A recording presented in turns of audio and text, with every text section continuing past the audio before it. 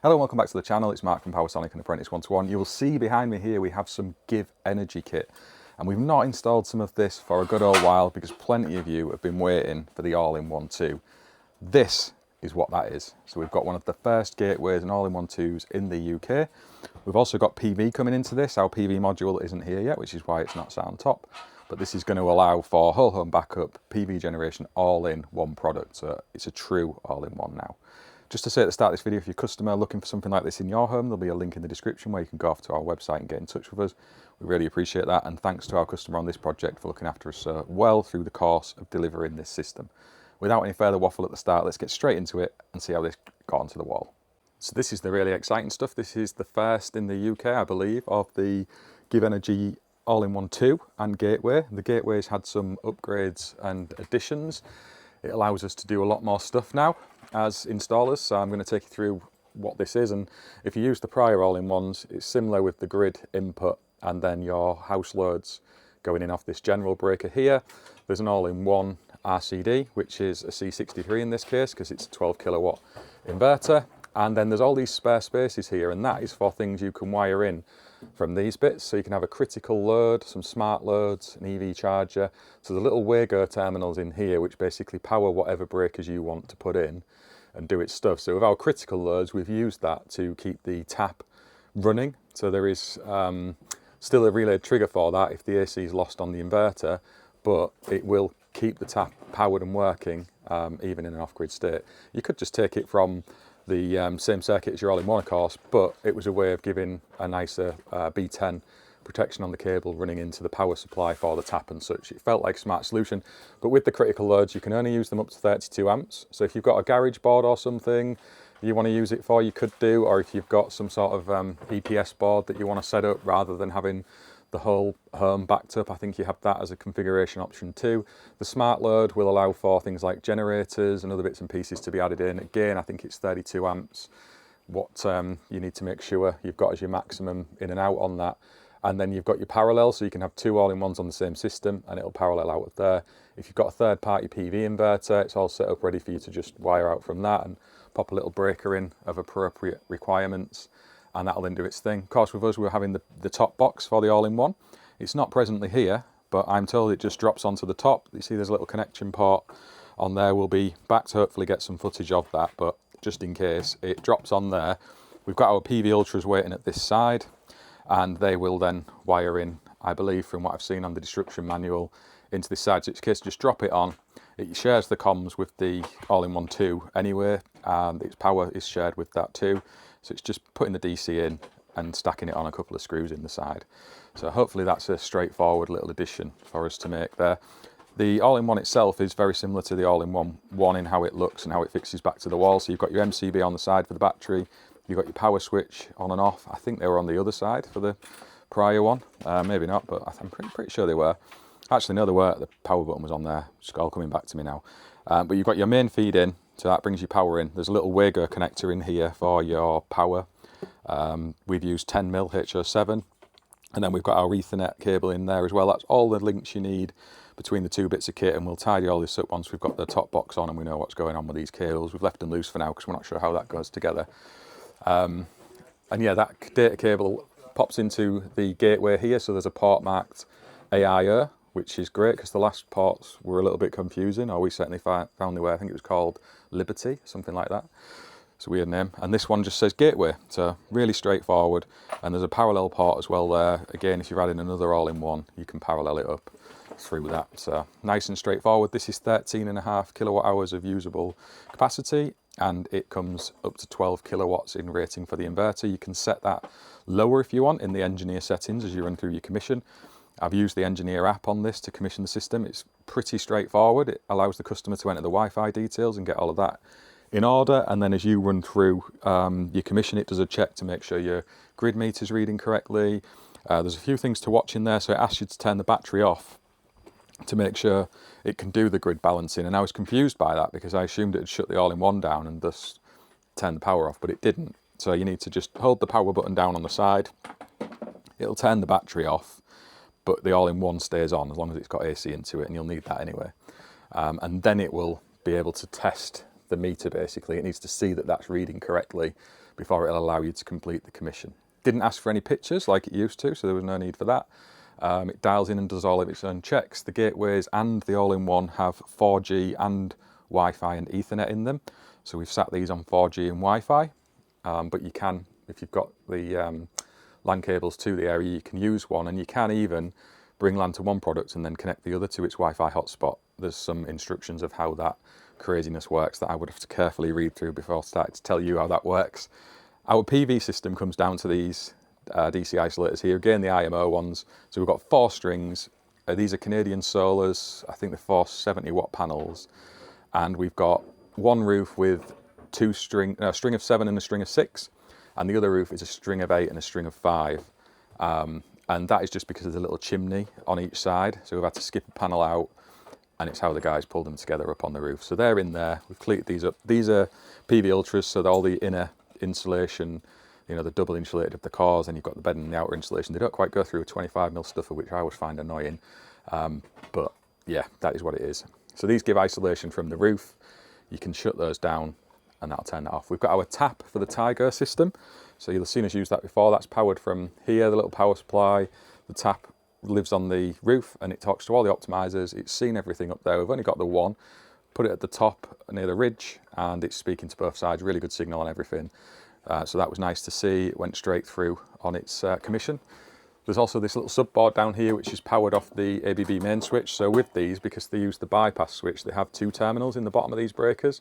We've shown that before on the older gateways where you can put 2 output feeds into the same breaker. So we've got the return going back to the house and also the little tails feeding off into this board as well. So they're on full backup capacity for both, which is useful. If you didn't know that, you can do that. If you didn't have such a big supply down here that's needed, the customer's got a welder and there's other bits going on, you can use the critical loads port, but it only gives you that 32 amps, like I told you. So that is those bits and pieces. They're much the same displays on the front as always, same sort of size, more openings on the bottom of this gateway, so you've got more entry points. It appears to sit a little bit shallower to the wall, I want to say. Seems a bit thinner. This has a similar bracket arrangement for fastening it to the wall. Really straightforward. Feet on the bottom. It's much the same. You still put your cases in. It got delivered on a cardboard pallet with the batteries, and the case itself comes in a cardboard packaging as well. There's no more of the coffin boxes, which I think is a really good thing. This is a powerful system. So this is right up there with the best on the market in the UK right now. So it's 12 kilowatts of power. You can have up to 27 kilowatt hours of backup storage. It has got bucket loads of MPPTs. I think there's 6 in it. There's at least 6 in it anyway. Loads of versatility for larger PV systems basically. So it's a really, really versatile kit. Whole home backup. And it feels premium as well. They've made some cool improvements. There's no more Wi-Fi antennas that stick out of this stuff. The gateway's got its Wi-Fi antenna built into the top. The all-in-one must have someone somewhere in itself. So there's none of those to be attached anymore. Like I say, 4G as well. So some really good improvements from the team at GivEnergy. And the commissioning process was a lot simpler than prior attempts we've made with the all-in-one one. In fact, we did one of those earlier this week, which wasn't quite so simple. So I've got good hopes for this now as we roll a few more of these out. We've got a lot of customers who've been waiting on this product launch, and now it's available to us. We can get on with fitting them. So this is the setup that Corey went with, and it's a good solution. So we've got a switch fuse in here. There's just no space to really do anything else with what's going on in there. So he's popped an IP enclosure underneath, and that then separates out the steel wire armour into some 100 amp connector blocks, and we then run tails through into the switch fuse, and the tails go back to the customer's consumer unit through there as well. It's just a nice easy way to separate all apart. We're under a shelter here as well, so we're not out in the wider elements. It's all appropriately weather sealed, and that is going to serve its purpose. Aesthetically, I think there's ways that this can be tackled better, and it's something we need to consider as industry. As all these kind of gateways and renewables kits been installed, we end up with air source heat pump consumer units, EV consumer units, switch fuses, a lot going on. So maybe we need to look at a larger enclosure that we can share more easily with the DNOs and the energy retailers to make sure everyone's got adequate space for the connections they need to make. But it's a good result. Corey's done a great job there, and this little cable just tracks along, as you can see here, and then over into the garage. So these are our PV Ultras and tap cable running off from the roof space there. They drop down this wall, and then Dan's got these ducts in which need to be sealed across from one side of the house to the garage. We've got these holes to repair. They have got clear silicone in the back of there, so no water's going to ingress into it, but these can be mortar repaired, and as you've seen us do before on the channel, bit of brick dust and you'd never know they were there. Customer had drilled these holes, so that's their little project to be taking forward. Our sub main comes across from over here. That leads off around the corner, back into the customer's consumer unit. And there's a wider video around all of that someone else has made, so we're not going to go into the specifics of that, but that's bringing us our grid feed down from the customer's service fuse, 80 amps, and then it's going into the gateway, and then that returns that back to the house for consumption with the solar PV, and also if there's a power cut, it will enable it to kind of keep running at the all-in-one's 12 kilowatt rating. Earth rod in, and that is running into this summer house here, which has a nice generous supply cable, so it just taps into the earth bar over this side, and it provides supplementary earthing for the PME side when we are connected to the grid.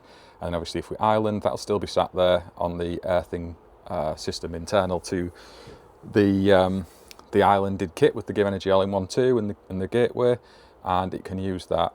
Although, as we've discussed lots on the channel before, there is multiple points of earthing in these systems anyway, with the PME supply down the drive on the customer's property, also the gas and water and everything else that's in the mass of earth. So for me, this does seem like an unnecessary risk a lot of the time that we're having to do as installers.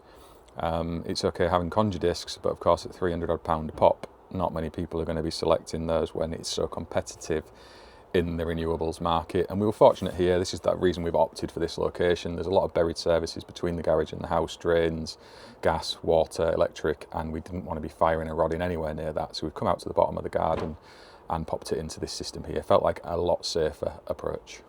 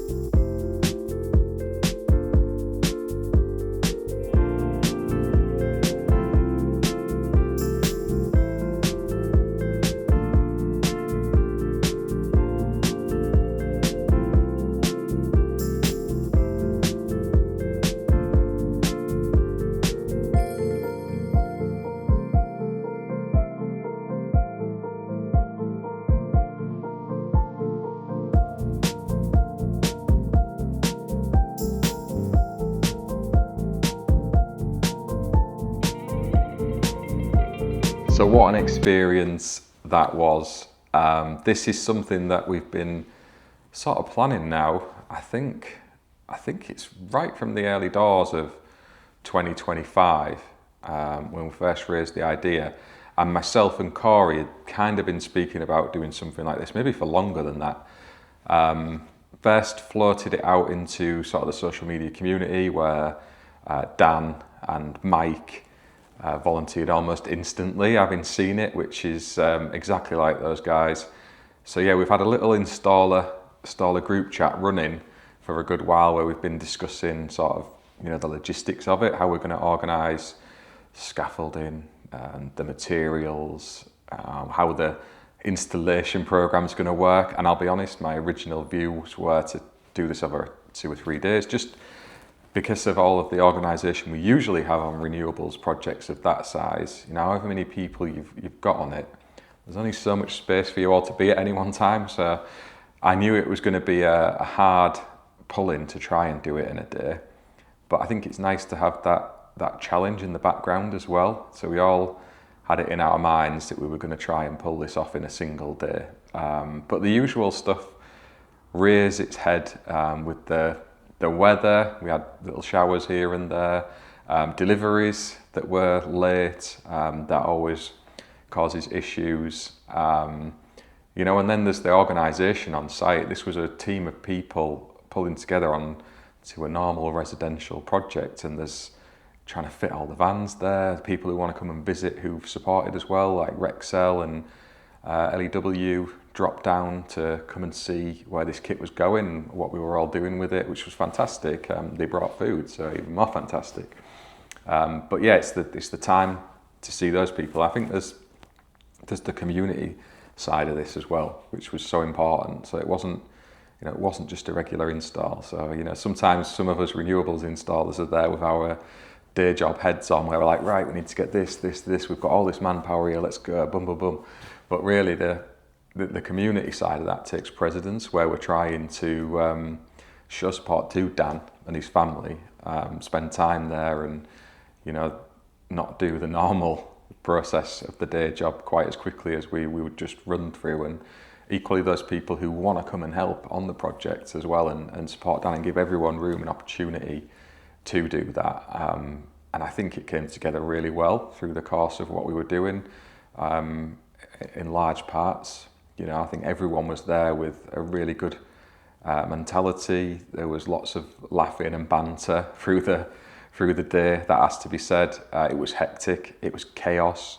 There was stuff everywhere at one time. Literally, we had 5 or 6 installation companies there, and we're all unloading tools and materials, and it's just one little driveway. We're trying to fit it all on and all work amongst each other. But yeah, we got there. And it's just a little reflection on that was something we wanted to do. That was the first thing. We wanted to do this, but we never really had a clear route and map of how we were going to achieve it. We just sort of run with it. And I've got to say that every single person we've approached for help and support has given it without question, without any want of return, without even really asking what it's all about, just on that trust that they knew it was going to be a good thing. And from posts I'd shared on LinkedIn where we've asked for brands to support us, you know, that came in spades. We were oversubscribed in the end, with people wanting to be involved with this project. So we could potentially have done more of it, and who knows, maybe we will do some more of these down the road. That's something we have discussed, so we'll see how that maps out. But yeah, I just want to say what an absolute privilege it was for me to work among those people delivering the installation, and Dan and his family as well. I mean, Dan was part of the install, he was mucking in with everyone else. And all of the brands who supported with kit and the time that they put into that before then. Because we've still had the usual stuff of project build kits that I've organised, the G99s, all the stuff that goes afterwards, your MCSs and all the rest of it. So that's all been done as it normally would be. And yeah, it's just been an experience of a lifetime to be on a site doing that amongst so many people who inspire me and who I look up to in this industry. And I loved every minute of it. And hopefully Dan and his family are going to get great value from that for years to come. That was the primary objective. You know, Dan has been very unwell, and the implications of that financially for him and his family are not insignificant. And you know, the driving force was that can take energy bills away for a long time. You know, with crowdfunding and such, it's great where you can help people out when they're in immediate need. But we thought doing that would give some value for 25 years and more maybe. And yeah, it's a cool thing to have done. So I'm going to try and list everybody now and thank them all. And I will probably forget someone and regret even starting. So apologies if that ends up being you.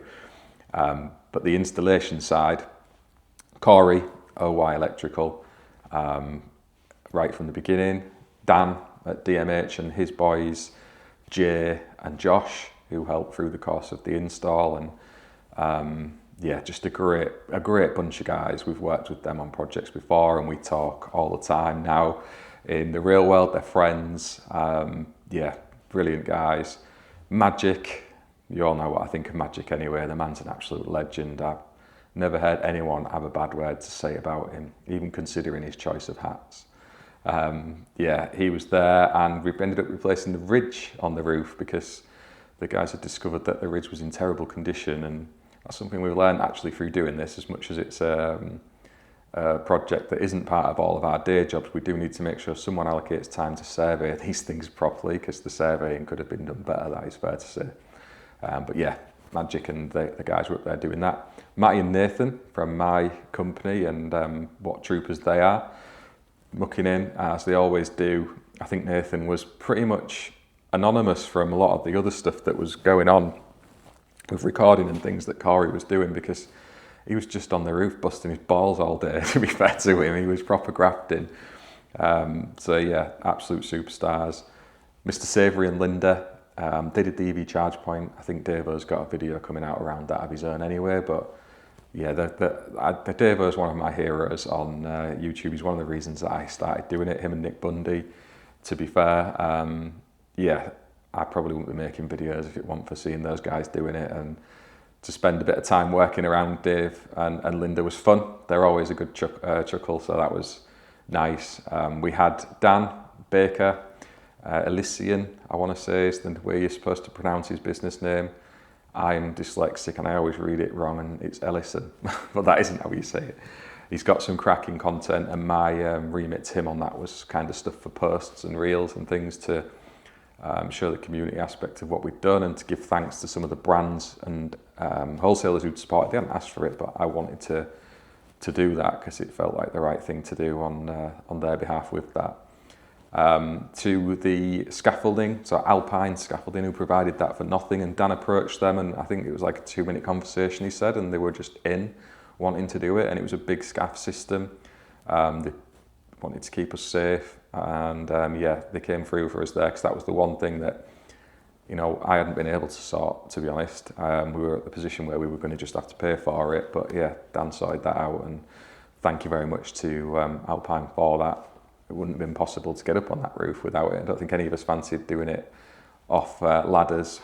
We had HDM Solar, who supplied the Canadian solar panels, which were absolute beasts in power output, 470 watts I think they were, so again, not insignificant. And Rexel, who supplied the roof mounting kit and bits and pieces around that. LEW, Ben Griffin and Dean, who supported with Tigo optimizers, some PV Ultra and a few other bits and pieces, and Doncaster Cables, again with the PV Ultra. And then GivEnergy, Simon from Give organised, I think the very first in the UK, GivEnergy All-in-One 2 with the PV top box, even though that was one of the things that didn't turn up delivered. And the gateway as well, and that's really good kit, by the way. We've got lots more content coming on that. I'm very impressed. It's a step up answer for the team at GivEnergy, and I think that's an exciting product coming into the UK market, but that's a story for another time.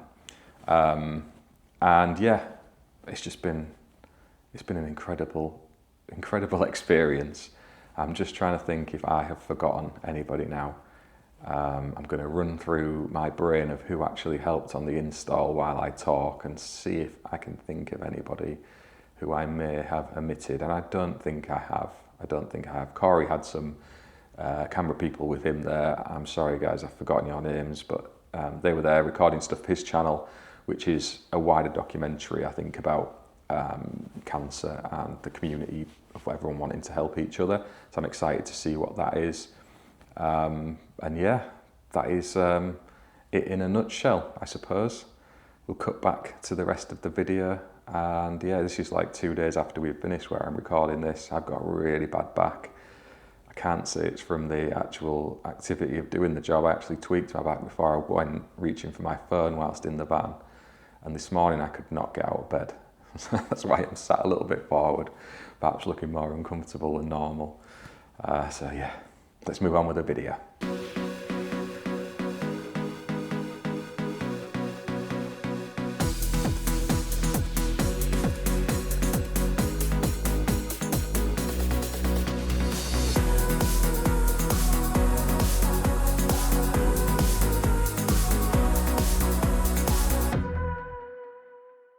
So this is the new GivEnergy Gateway, and it gives a lot more customization for your renewable setups. You can see up here we have got points for the EV charger, smart load, critical load, a paralleled all-in-one, and a third-party PV inverter.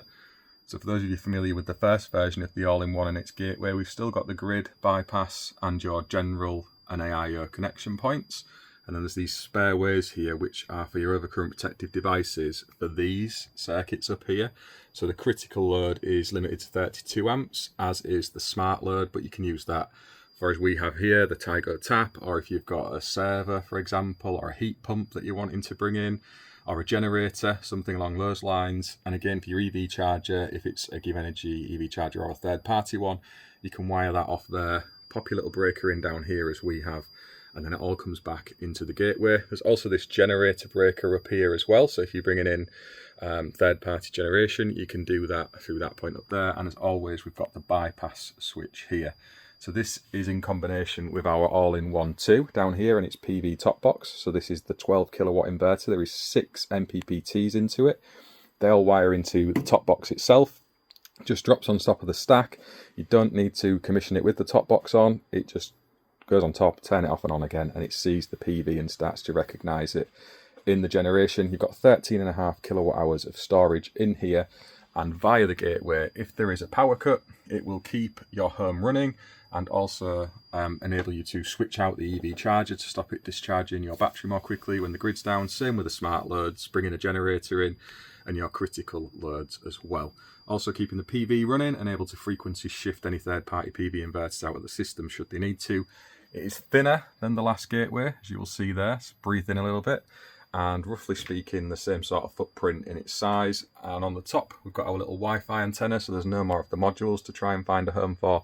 And that's the same for the all-in-one as well. There's no Wi-Fi antenna, it's all built into the actual product. All the wiring goes in on this right-hand side here, and it's a really neat and versatile solution. This is a competitor for some of the other premium products out there at the minute. It's fresh to market. If you're interested in one of these, please do get in touch. We have got lots of them going on over the next few months, and it'd be great to put something forward for your home. So if you found that interesting looking at this system, there is another video coming out from OY Electrical around the rider install, so I'm not going to go into any of that. We've really focused in on the GivEnergy kit here. So if you've got any questions as an installer or a consumer, as always, please do drop them in below and I'll do my best to answer. Top tips are with the commission, pay attention to what it's asking you to do. It does take you through it step by step in terms of shutting the battery down to make it run through the final checks. Otherwise, if you've done all-in-ones before, it's much the same with the added excitement of the capability to take PV straight into the product. And if you're setting up funky stuff with the gateway, with the critical load and the smart port, there is lots of versatility here beyond just a regular backup or EPS system. Thank you very much for watching, and we'll see you on the next one.